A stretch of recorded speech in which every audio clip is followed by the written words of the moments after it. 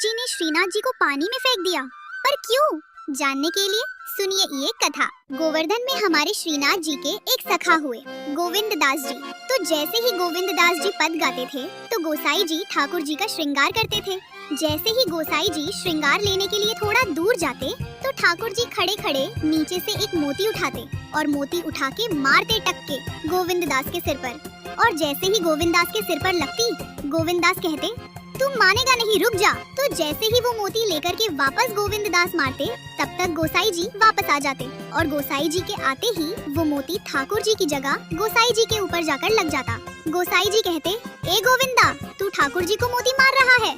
गोविंद दास बोले, मेरा माथा देखो, ये माथा फूल गया, ये आपके लाला ने मारा है मुझे। आपका लाला उधम मचावे, वो ना दिखाई दे आपको, और मैंने कुछ कर दिए तो मुँह पर चिल्ला रहे हो, मुँह पर बरस रहे हो। समझा लो इसको, बहुत उधम मचावे ये लीला सुनते ही गोसाई जी के नेत्रों में आंसू आ जाते।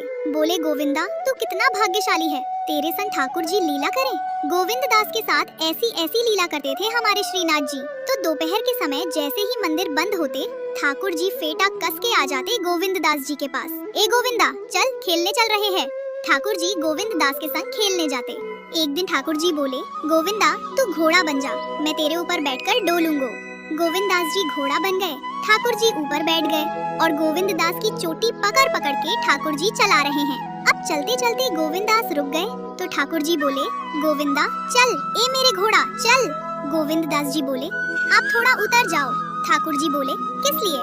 गोविंद दास जी बोले, लघु शंका लगी है ना, मुझे जाना है, आप उतर जाओ। ठाकुर जी बोले, कैसी बात कर रहा है तू गोविंदा? कोई घुड़सवार घोड़ा पर बैठकर घूमे और घोड़ा को लघु शंका आए तो वो क्या ये कहे कि तू थोड़ा उतर जा, मैं लघु शंका करके आऊँ, फिर बैठियो मेरे ऊपर। बोले, तो क्या आज्ञा है? बोले, आज्ञा वही है जो कह रहा हूँ। जैसे घोड़ा बिना आज्ञा लिए अपने व्यक्ति को ऊपर बैठा के ही सब काम कर ले, वैसे तू भी कर ले। तो गोविंद दास जी ऐसे घोड़ा बन करके चल रहे हैं, ठाकुर जी ऊपर बैठे हैं और उसी अवस्था में ही सब काम कर दे। अब इतने में ही कोई व्यक्ति वहाँ से जा रहा था। अब उस व्यक्ति को ठाकुर जी नहीं दिख रहे हैं, उसको गोविंद दास चलते चलते दिख रहे हैं। उसने जब देखा, अरे राम राम राम राम, गोविंद दास जी तो ऐसे ही डोल रहे हैं और चलते फिरते ही कर रहे हैं। गोसाई जी से जाकर के शिकायत कर दी। बोले, गोसाई जी, आपने गोविंद दास को बहुत सिर पर चढ़ा लिया है। गोसाई जी बोले, क्यों? अरे खड़े होकर लघु शंका करना भी मना है शास्त्रों में।